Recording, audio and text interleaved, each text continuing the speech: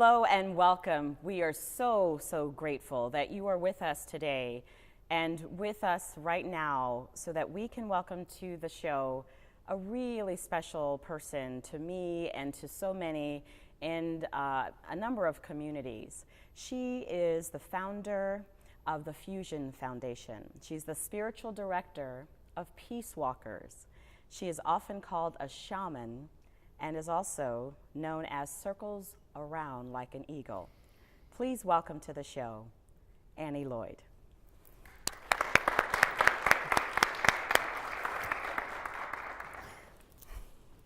So glad you could be with us today. Absolutely. Please have a seat, make yourself comfortable. Annie Lloyd. Orgena Rose. This is how we start, with one of the many names that we are known as. So one of the other names you are known as is Circles Around Like an Eagle. Can you tell us a little bit about that? I'm from South Dakota. Okay. And part of my heritage is that. So it was a given name to me by my Lakota family. Okay, beautiful. And what inspired that? What was the... A lifetime of coming back around. Isn't that what we do? We come back around and we keep coming back around. Right, kind of as the song says, the circle of life, right? Very much so. You know, I come from a land that Black Elk called forth this mission, this duty, to return to the sacred hoop. So we do all these things in a circle. We have women's circles and talking circles and prayer circles. Okay. And we come back around in our life. And my life has been that, a coming back around. And you also do labyrinth walks and we do drumming some. Circles and things of that nature.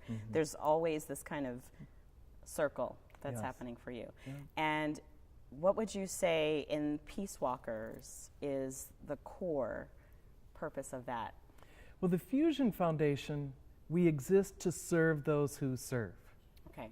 Right? Beautiful. So your foundation is in conjunction with us. Absolutely. So we exist to serve people like you who serves the community. Gotcha. Peace Walkers exist to connect those who serve. So to connect leaders like yourself with other leaders out in the community, because for so long we sat there thinking, oh my gosh, I am the only one that feels like this. Right. Right? Right. There is nobody else out there that feels the way I feel. Nobody. And late at night, we're sad and lonely and feel like we're pushing the boulder up the hill. And at some point, if we give up, it's going to roll back over on us. And knock us right on over. Right. It's so true that so many times leaders of all different kinds of communities and groups and organizations they're such pioneers, but there's such a lone wolf almost feeling and sense of it. And you're about saying, no, we actually are stronger in numbers. Our culture, and when I say our culture, I'm talking about this culture and what we call Turtle Island, or within the United States, this Western culture, has led us to believe that we've done this on our own. Right. We built this on our own. The top of the mountain. Exactly. You pull yourself up by the bootstraps. There you go. You've created this, and it's an illusion, as we know, right? Absolutely. Absolutely. And yet, we have this deep sense that has come about, particularly within the last couple of years, that there is something more out there, right? So we see people leaving their jobs, and you make changes in your family style, and you have this desire all of a sudden, you want to eat together. Right. Right? What an idea. And we're getting this sense that maybe there's not such a right and wrong or a good or bad. And when we come together in a circle, we get to experience that. Because your story, you being a storyteller, right, sharing your story as you are in this, and by the way, congratulations, girl. Amazing, right? Thank you. Look at you. Thank you. And this being born for so many years and holding that dream. Many. Right? Many, yeah. So you telling your story then creates this domino effect for others to go, oh my gosh, that's exactly how I feel. Exactly. I didn't have the words. And I didn't know I wasn't the only one Right. who was feeling the same way and struggling or, surprised or whatever.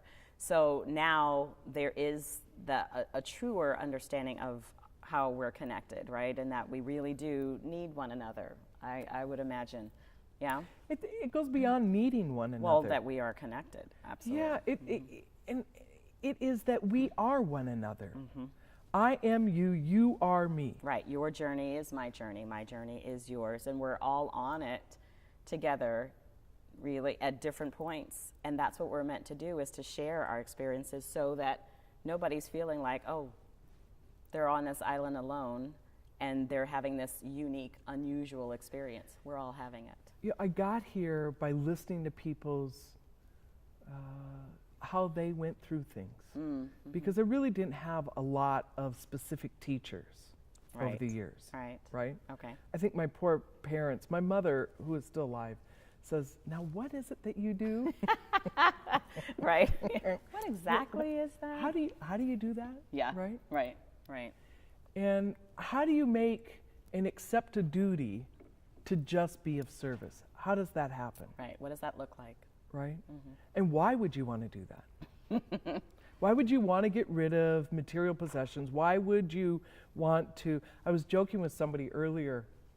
I was talking to some of your audience members, and a friend said that she'd gone off and gotten a degree in metaphysical something, some metaphysical degree. And she said, because I wanted people to recognize my life being different. Okay. I said, oh, geez, I just put on white clothes. That's certainly one way to stand out, isn't it? She said, oh my gosh, that would have saved me so much money. That's so much simpler, so right? much easier. I love that. And we're going to take a moment right at there. And when we come back, we're going to talk a little more with Annie Lloyd. Be right back. This episode was sponsored by Soul Purpose Branding. Put your soul into your brand. Get your business on purpose.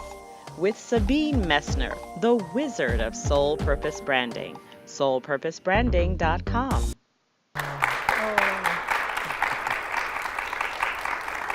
So welcome back. We are with Annie Lloyd, who is sharing her journey with us around the Fusion Foundation and Peace Walkers and just her whole kind of spiritual journey. And Annie, I want to go a little bit deeper with that, especially around the whole thing about being a shaman. Yeah, nice deep breath with all of that. So first of all, how would you even define being a shaman? What does that mean? Well, so it literally means a foot in both worlds, if we're going to get technical about it, right? And in Lakota, they'd say it would be similar to a heyoka, one who does things backwards, right? A kind of a sacred being who does things that aren't so similar to the way others do it. Okay. I've shied away from the term shaman, as you well know. I know. That's why we're talking about years. it. and partially because we now give out certificates and degrees in shamanism, and that just, I don't understand it. For a weekend course. Really? Yeah, weekend retreat, you're a shaman. It recognizes a lifelong journey. Lifelong. It encompasses that we've known, in Buddhism we talk about, you know the deities of hell and heaven here on earth, right? So I started drinking when I was 10 years old because this world hurt. Right, to be in it. And I had no coping skills and understanding of how to deal with this. So my solution was this kind of self-medication, not so smart, but it was and what you're it was. 10 years old. And then I started fighting. Right. Because I was scared and these threats seemed to come up and Sure. And I was always afraid that I was crazy. Right? Right. Because we have these very loud intuitions, these very Inner loud voices. inner voices, guides, impressions, and you're like, and I'm sure you've caught yourself, and you start talking to them, you're like, no, I don't want to do that. And people are like, well, who are you talking to? Right? So, and life progresses on. And I start working, And I was fortunate. I didn't end up with a DUI or any of that kind of stuff. Get arrested, didn't lose a job, any of that. But by the time I'm 29, I end up getting sober. And it was completely accidental. Somebody just suggested that I might think of not drinking anymore, or not smoking some of that weed and those mind-altering substances. And I was like, oh. What it an never idea. occurred to me that you do it all at the same time. There were periods I didn't drink and periods I didn't, do Right. some of that other stuff. But I'd never not done it all at one time. What an idea, right? And she suggested that I go to 12-step meetings. And I did. And what I found there was what we talked about earlier, was people telling my story. A similarity, a commonality. Yeah. And I found out that I wasn't crazy. I was crazy. I was insane. I'd been doing the same thing over and over, thinking that I was going to get different results, and I didn't. And when I walked in there, they talked about God. And I'd been raised Catholic, and I loved the mysticism of it. Okay. But I remember sitting there going, dude, that's not how we meant doing it, right? Right. And there was no role. I wanted to be a priest. And you can be a priest. You're a female, right? Yeah. Wrong plumbing. Then I thought, well, maybe a nun, and then, well, no. Anyway. Didn't like the dress. But I had a calling. I knew, right? The whole black This is habit much thing, nicer right? now. The penguin outfit. Anyway, but I knew I had a calling, but I didn't know how to fulfill it. Right. Yes. Right? Yes. What did that And look I like? knew I had this ability to sit with people and draw things out of them. I'd worked in psych hospitals. I'd worked with youth gangs over in Los Angeles. I'd worked with people, so I'd experienced this. I'd experienced me doing something and something happening with them, Right. and knew that it wasn't of me because I didn't know what the heck I was doing, but something happened. Right. And I had this ability to draw something out of you that you didn't even know. So Right. here's my thing about it being a shaman is that I think it's about me doing my practice well enough to be and continue to seek enlightenment, for the lack of a better word, to seek mastery at that of meditation, of finding that still small voice within inside of me and listening to that. Yeah. So thus I practice yoga, I practice Buddhism, I Meditate practice. Right. There's practice. I practice. The drums, all of that. And I seek to learn from different people, but I don't do it in a way that I used to. And what I mean by that is that I don't look for a guru, Right. which we joke is like, gee, you are you, right? Guru. I seek to hear what it is that they're saying and relate it to how it is that I'm feeling, and then how I want to walk through the world, which is how I ended up wearing white. I'd been in politics, as you know, and had done all the activism, and I wanted to move forward in a way that was peaceful. But people saw me in a particular role. Right. Still in that other role. Right? So they'd come up and, oh, you're the activist, you should do this and go make this speech. And I Right. was like, I don't want to fight anymore, man. Right. Right. And so the only way that I could make that transition was through this. And I've joked over the years. I've been sober for over 20 years now. Congratulations. Well, That's great. Hey. I just showed up. One day at a time. One day as at a they say, time, right? and life has changed me.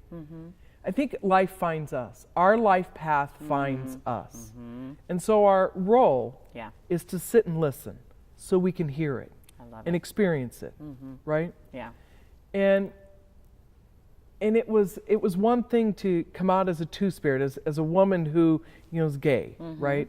And be a recovering alcoholic. To acknowledge that I was this other spiritual being. It's like another coming out, so to speak, Oh, right? it was much more difficult than the rest. Isn't it amazing? Yeah. Why? Well, when you go around our circles of people that are progressive and liberated thinking and that kind of thing, when you talk about a sacred path, they assume that you're talking about a big G God. Right. Meaning that you're talking about a religion, a dogma, an ideology. Right. And as you well know me, I'm not. Right. And I am not a big G God person. I am not a religious person by any means. Right. I have great friends and nuns, and they refer to it as the corporation. I kind of get that, kind of a power over thing. I don't like Sure. that. I like coming up from the ground, and that's this here. Right. Beautiful. That own connection that's within. Wonderfully stated. And is that what you would suggest for those who, might really feel very similarly to you, and that they're not comfortable with religion or religious dogma or conventional ways of understanding a big G or anything like that. Is that something that you would suggest for folks? I really would. And may we do a Yes. little thing with the audience? Please. So what I'd invite you all to do for just a moment is to put your feet on the ground. You've heard this many times, and take a great big deep breath in. So you breathe in through your nose, extending your stomach out. So it's kind of a backwards way, the way we've been taught to breathe. And then exhale out through your mouth, right? So, and learn how to, like, make some noise with it, right? So, because we're so reserved, we're so well behaved, you know, and that's that training. So find that deeper voice, right? And then what we're going to look for as we breathe is, how does it feel? And the tingling of our heads and all these meridians that exist right here in our face right here, you know, the majority of them right here. And then as it flows through our body. And the interesting thing is that our energy force, really, all that creativity rests right here. That's that small, still inner voice. And when you can bring that energy up to your feet and feel that right here, it's amazing what happens, because we jokingly say that if it happens from here on up, it's kind of a dangerous neighborhood to tread alone, right? It's a place we may not want to be. Yeah. So my suggestion to you is that within all of you, my experience has been that it's not that we teach, it's that we help each other remember. We help each other remember. And if we can remember that, that identifying, Cherokee Dewani Wahoo talks about the beauty path, the beauty way. So as we extend graciousness and beauty, it's not about you're great or you did a good job. It's that I appreciate the vibrant smile that I see on your face. I love the way that you are moving in this world. It lights me up. So when we extend that, it comes back to us, because we've heard so many times, I want to be loved. I want to find somebody that's going to love me. And the interesting thing through my experience is that we actually want to find people to love. Because in the loving, that then comes back to us. Absolutely. There's Right? So my thing is this, that as we go through things, as you have done with so many people that you mentor, we turn around, and as we learn the lesson, we turn around and we share it with someone else. And it's in that sharing that we become healed a little bit more. Yes. Right? Absolutely. And then our lives are blessed. Yes. So for me, what I learned is that everything that I went through, being an alcoholic and all of these things, that they were lessons that I had the opportunity to learn so I could help somebody else through it. Absolutely. Beautiful. Beautiful. So beautifully stated. Thank you. Thank you so much for sharing. Oh, Really. I celebrate you. Thank you. So good. Yeah. All right. We will be right back.